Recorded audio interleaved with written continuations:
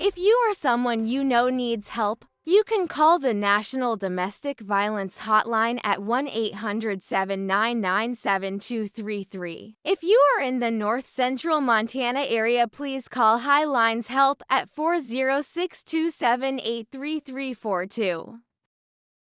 The following podcast may contain discussion of domestic and/or sexual violence, stalking, suicide, and PTSD. There is also the possibility of strong language that may be inappropriate for young listeners.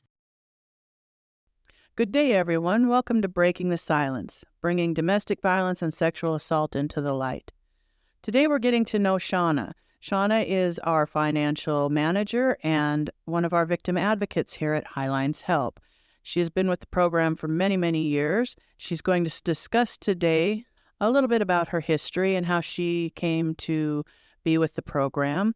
And her and Connie are going to have an interesting discussion today. They're going to talk about some of the barriers for victims, such as the high cost of starting over in today's economy, resources for children or the lack thereof, and also a bit juggling being an advocate and a pastor's wife. So this should be a very interesting podcast. Please listen and enjoy.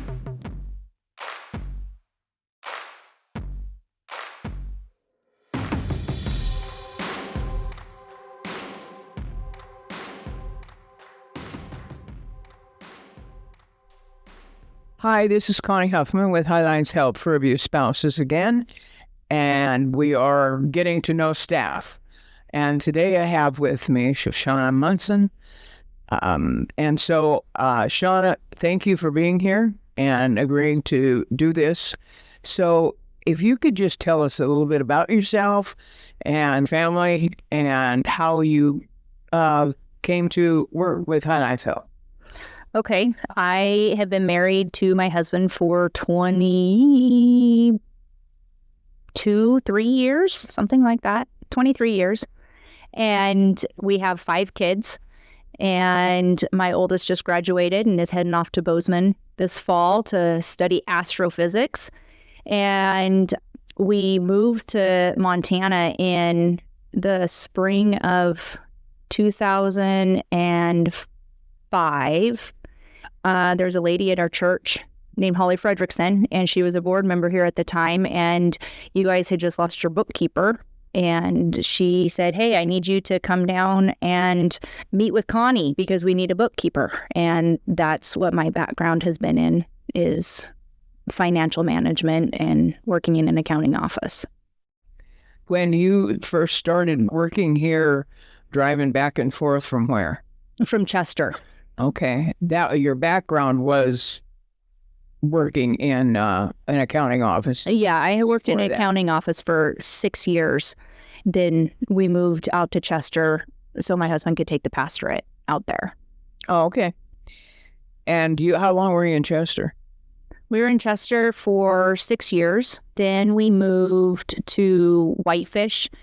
And at that time, I had tried to give you notice and say I can't do it because it's 3 hours away. And you said, nope, sorry, we'll figure it out.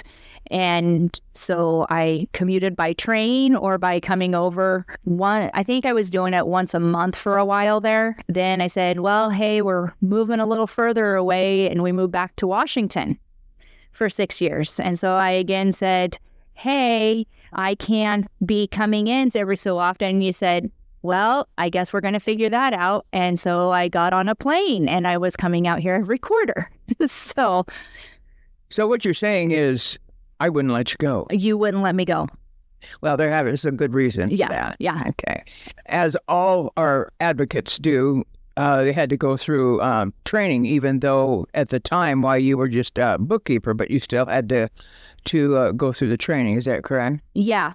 So I was trained as an advocate from the very beginning with you guys. So I went through 8-10 hours of training. No, it was 40 hours. 40 hours. It was a long time ago. Yeah, it was a long time ago. How long? 17 years. 17 years. Yeah. Almost 18 years. Almost 18 years. Yeah, November will be 18. Were you at any time before you came to HLHAS Help to be the financial person here, had you ever given any thought to working with victims of domestic violence or sexual assault?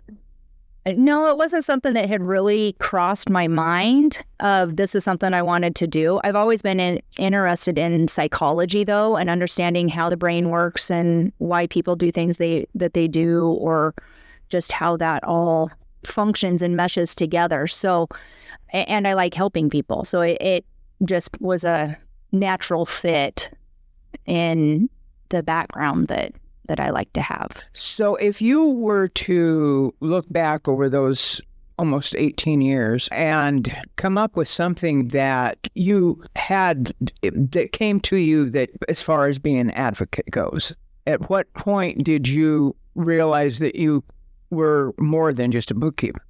Well, I guess it's when you kept making me take calls and take clients because it scared me to death. And I remember so many conversations with you asking you for, I need the script. I need to know what to say because I don't know what to say. What if they say this? What if they bring this up? How do I do it? And you said, you just answer the questions and you just do what you can. And I'm like, that's not the answer that I need. My bookkeeping is background. I need 1 + 1 to equal 2. And in advocacy, 1 + 1 doesn't equal 2 a lot. Yes, it's correct. It's messy and having to fly by the seat of your pants sometimes. And I don't like that. Well, there are certain questions that we want to ask. We want to find out, if they're safe, and this type of stuff. But letting them talk, letting them tell their story is where we get the information that we need to be able to give them options. Yeah. And so you can't really have a script. I have since learned that.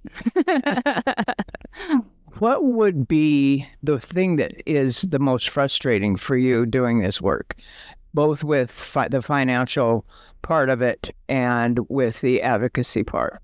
I think the most frustrating thing from the financial side is, we get grant funding, but our hands are so tight on how we can use that grant funding that sometimes we need to have the freedom to give a client what they need versus what our grant says. So then it has to come out of private funding because we don't have a grant to cover that specific need that they have. And that's frustrating because, like, lawyers are the biggest thing that we need right now. I mean, when a lawyer is requiring a $6,500 retainer fee, most people don't have $6,500 just to throw at an attorney. I mean, the average cost it takes for a client to start over is upward of $10,000. That's just to get out, get your apartment, and get your first utilities, get your daycare situated. That's just the bare minimum. And I actually just looked that up a couple of weeks ago and crunched the numbers. It's $10,000.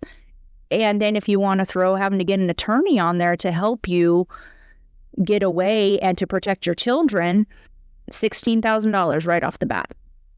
Right. And so that is a real roadblock for most victims, would you say?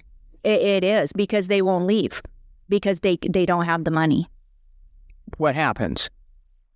We get calls time and time again. They're like, well, I'll just try and save money.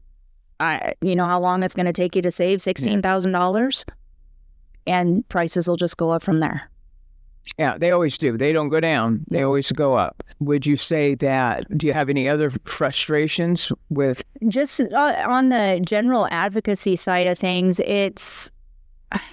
I would love to have a better relationship with our law enforcement and to be able to build that relationship to see that we're not competitors in this. We're trying to help each other, and it can be a beneficial relationship and help the community. It's not just helping that one person, it's helping our community at large too. So do you see, now you live now in Shelby. In Teton County, Toole County, I'm sorry. And do you see a large turnover in law enforcement to be a problem also? Yeah. Well, I was just talking to a gal and she said, "Oh, do you know my son? He was there for a year before he transferred out." Being able to build that relationship and that rapport with him, it takes time. And when you just get someone that is on board with you and like, yeah, this is something that we need to do together, they're moving on. And that doesn't necessarily transfer over to the person who's taking their spot. Correct. Yes. It's a lot of times it's the turnover in administration, the turnover in officers, and then you have what I have found over the years is you don't have a cohesive team that is all on the same page. Yeah. And you have to try to rebuild that every time there's a change. And the same would be if the changes that have gone in the program here too, is you get people trained and for some reason they are gone in a couple of years. So you have to start all over again and then trying to build that relationship back with the different resources.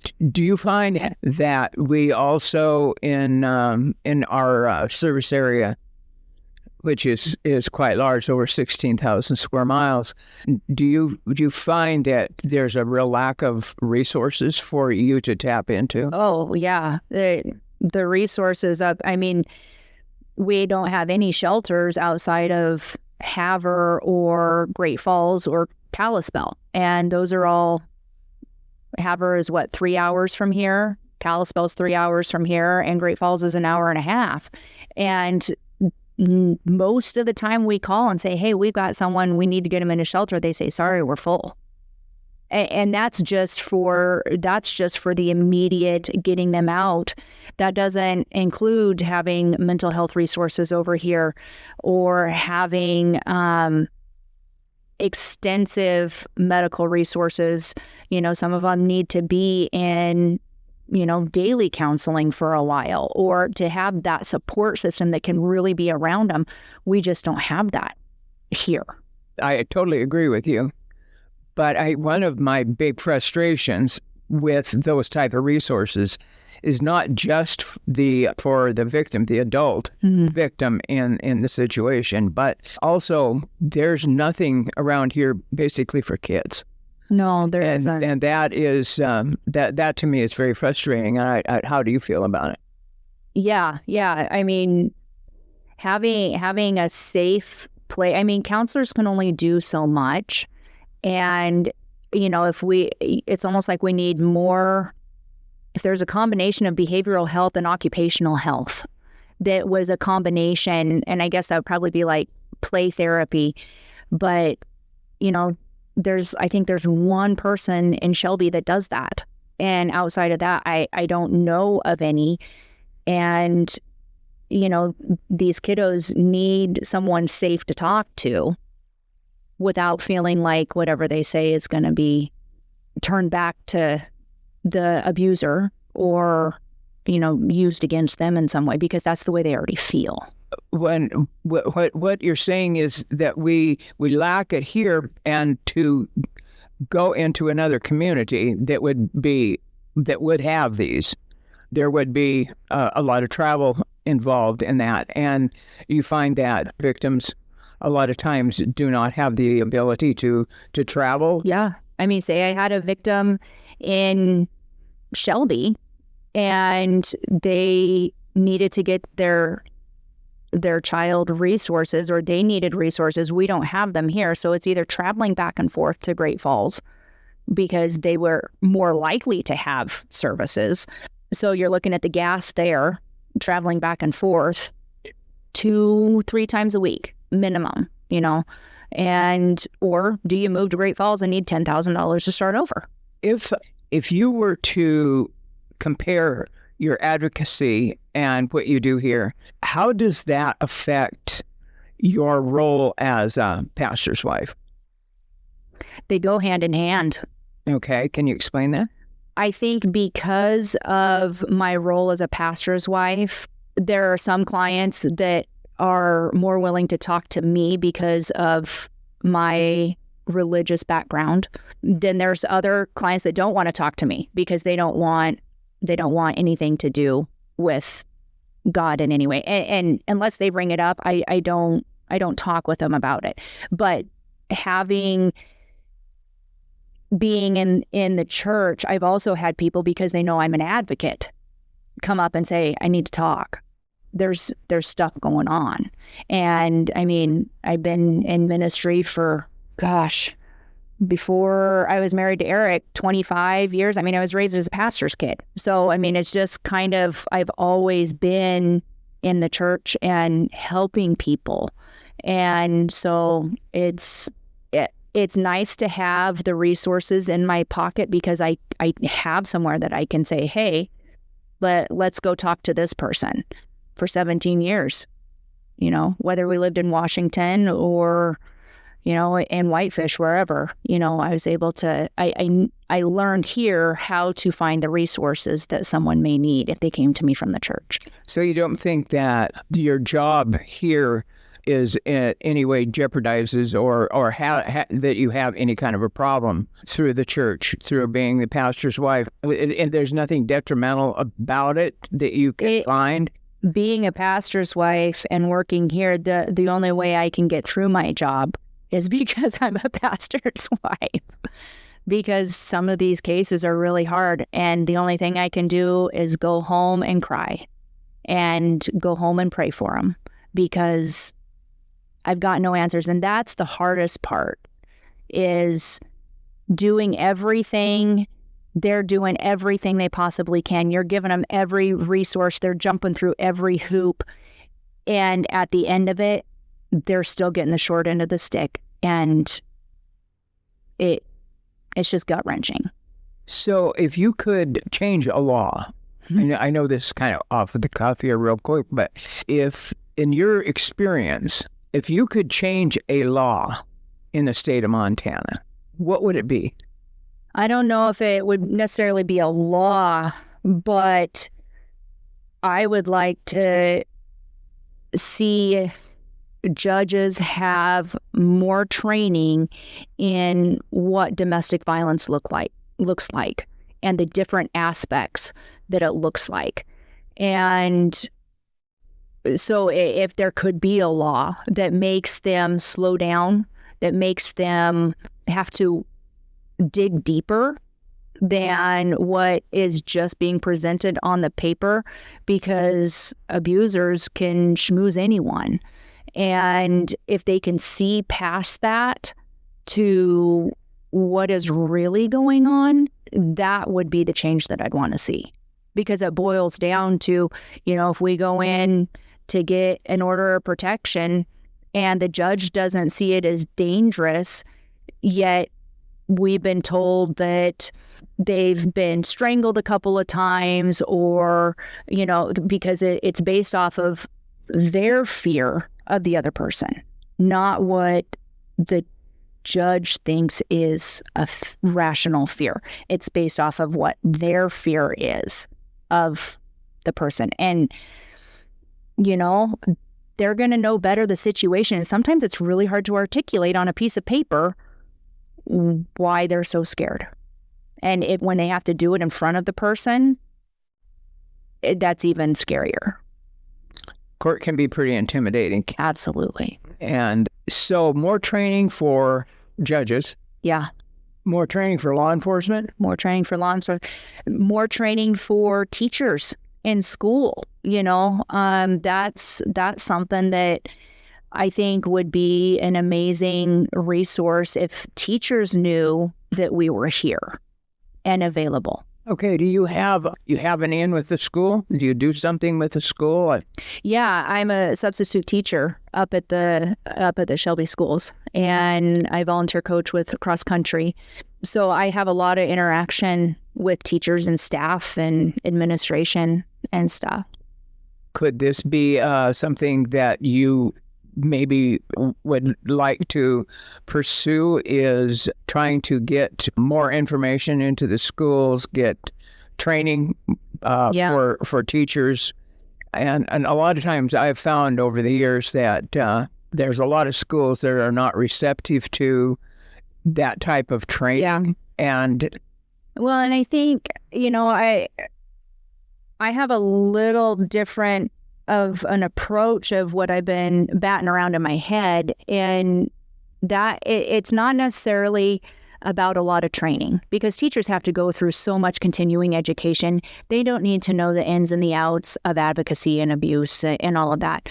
But if they had a parent come into them and say, hey, this is going on, just in general conversation, to have them know that we're available, schedule an appointment, give us a call and say, I need an advocate, I scheduled this appointment or something, because they have their own job. So, but letting them know that we're a resource here when they do come across it, because it happens and it is everywhere. And it's no respecter of persons. Correct. So as a substitute teacher, you are a mandated reporter? I'm a mandated reporter with the school, and I'm a mandated reporter here at HLHAS. Okay. What does the school do, and seeing as how you're a part of it?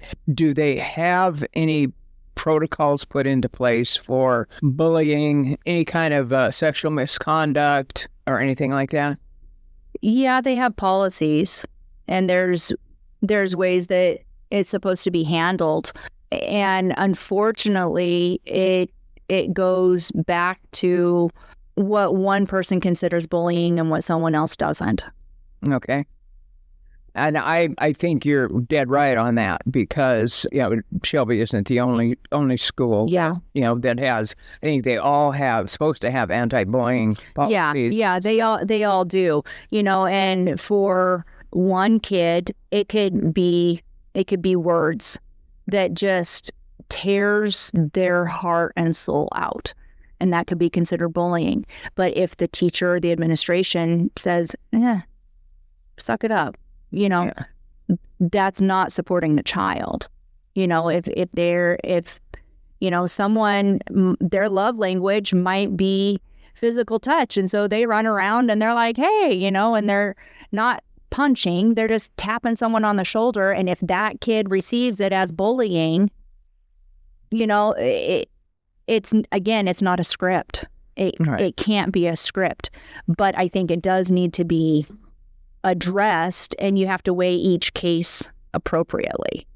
So we could also say that about domestic violence or sexual assault, that what would be domestic violence to you might be different for me. Yeah. I may react to it totally different. Yeah. In the same way with people that get offended by off-colored sexual jokes and innuendos and stuff, where somebody might be very, very offended by it and feel that it was a sexual, had a lot of sexual connotations to it, where somebody else would not find it offensive at all. Yeah. So where do you draw the line at?